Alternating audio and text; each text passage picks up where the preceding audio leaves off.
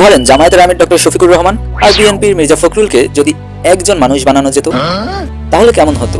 এটা আসলে অসম্ভব, কিন্তু বাংলাদেশে একজন এমনই মানুষ ছিল যিনি একই সাথে দুই দলের প্রধান ছিলেন।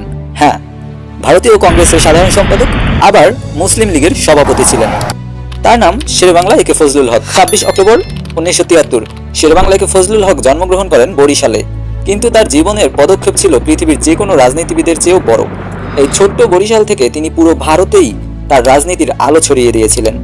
সাল 1913 তিনি হয়েছিলেন প্রথম কলকাতার মুসলিম মেয়র। তখনকার ভারতবর্ষে এই পদ ছিল ক্ষমতার বিস্ফোরণ। সাল 1916 অল ইন্ডিয়া মুসলিম লীগের সেক্রেটারি জেনারেল। এখান থেকেই তিনি বঙ্গের বাঘ হয়ে উঠতে শুরু করেন। 1935 সালে কৃষকদের রক্ষাকারী আইনও তিনি করেন। হাজার হাজার কৃষক তার কারণে জমি ফিরে পেয়েছিল। মানুষ তখন বলতো তিনি শুধু নেতা নন, তিনি আশ্রয়। 1937 সালে অখণ্ড বাংলার প্রধানমন্ত্রী হন।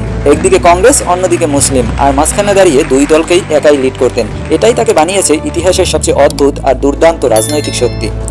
সাল 1940 লাহোর প্রস্তাব উপস্থাপন, যার একটি লাইন বদলে দিয়েছিল পুরো উপমহাদেশের মানচিত্র। 1954 সালে যুক্তফ্রন্টের নেতৃত্ব দিয়ে পাকিস্তানের রাজনীতিকে কাঁপিয়ে দিয়েছিলেন, যেখানে তার বক্তৃতা শুনেই মানুষ বলতো বাংলা ঠিক পথে আছে, কারণ শেরে বাংলা আছে।